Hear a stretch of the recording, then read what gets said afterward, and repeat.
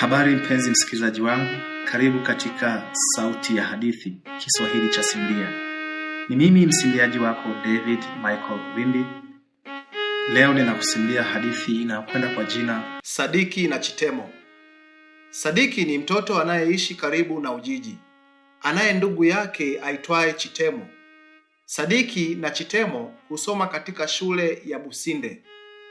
Sadiki anafanya kazi zote kwa bidii, lakini Chitemo ni mtoto mbaya kwa sababu ni mvivu, kaidi, tena hana adabu.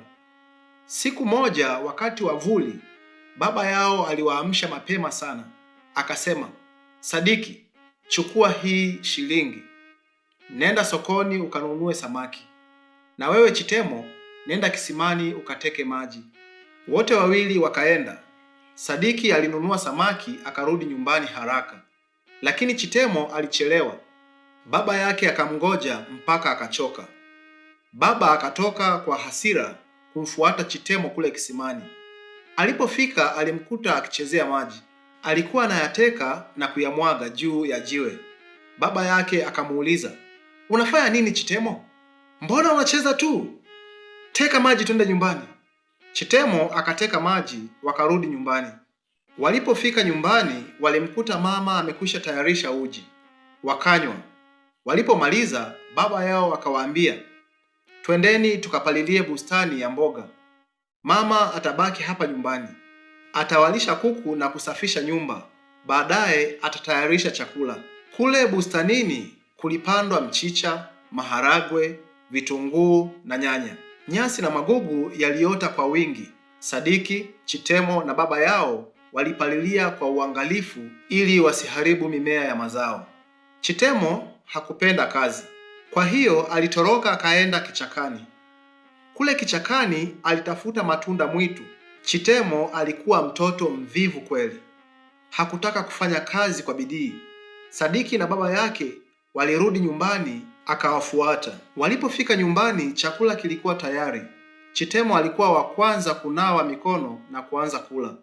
Siku ile mama alikuwa amepika ugali na samaki aliyenunuliwa na Sadiki. Walipokwisha kula, baba alimuita Chitemo akamuuliza, kwa nini leo ulitoroka? Chitemo alinyamaza tu. Chitemo alikuwa mtoto mkaidi. Baba akamwambia, kesho utakwenda kupalilia bustani. Usipokwenda hutapata chakula. Siku iliyofuata, Chitemo alikataa kwenda bustanini. Alitoroka. Sadiki na baba yake walikwenda kupalilia peke yao. Jioni waliporudi, baba alimuuliza mama, Chitemo amekwenda wapi? Mama akajibu, mimi leo sijamuona nyumbani. Sijui amekwenda wapi.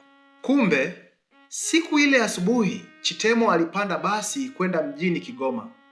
Huko njiani, aliulizwa nauli. Chitemo hakuwa na pesa hata kidogo. Dereva alimteremsha pale pale, akaachwa peke yake.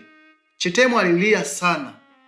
Mwisho akaanza kusema kwa uchungu, Chitemo mi masikini, uvivu wangu nyumbani, nikiwa huku njiani, na kufa hapa kwa nini?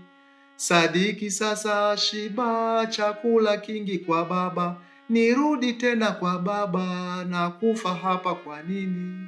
Chitemo alirudi nyumbani. Alikuwa amechoka sana. Alipofika nyumbani aliomba radhi. Akawaambia baba na mama yake, naomba radhi, nimekosa. Nitakuwa mtoto mwema sasa. Shambani tena sitakosa. Baba na mama nisameheni. Nitalima kama Sadiki. Nitalima wala sichoki. Na nyumbani tena sitoki. Baba na mama nisameheni. Baba hakumpiga Chitemo. Alimsamehe. Chitemo akabadili tabia yake. Akawa anawasaidia wazee wake. Kila alipotumwa alikwenda upesi. Mama yake alifurahi. Akamwambia, siku hizi wewe ni mtoto mwema kama Sadiki. Mtoto mtii hupendwa na wazazi wake. Tena hupendwa na watu wote kijijini. Endelea kuwa mtoto mwema na mtii. Na huu ndio mwisho wa hadithi yetu. Asante sana. Nashukuru sana kwa kuweza kunisikiliza. Naomba waweze kunisaidia kusubscribe, kucomment, kulike na kushare. Waweza kuniandikia hapo kwenye sehemu ya comment kuwa unakumbuka nini, kwa sababu hii hadithi ni ya zamani sana. ni rafiki gani umemkumbuka, ni mahali gani umepakumbuka labda shuleni kwako, au umepata funzo gani. Lakini pia nakukumbusha kusubscribe, kucomment, kulike na kushare, kwa sababu hadithi nzuri zinakuja. Ni wako David Michael Wimbi, na kupenda sana. Mungu akubariki. Asante.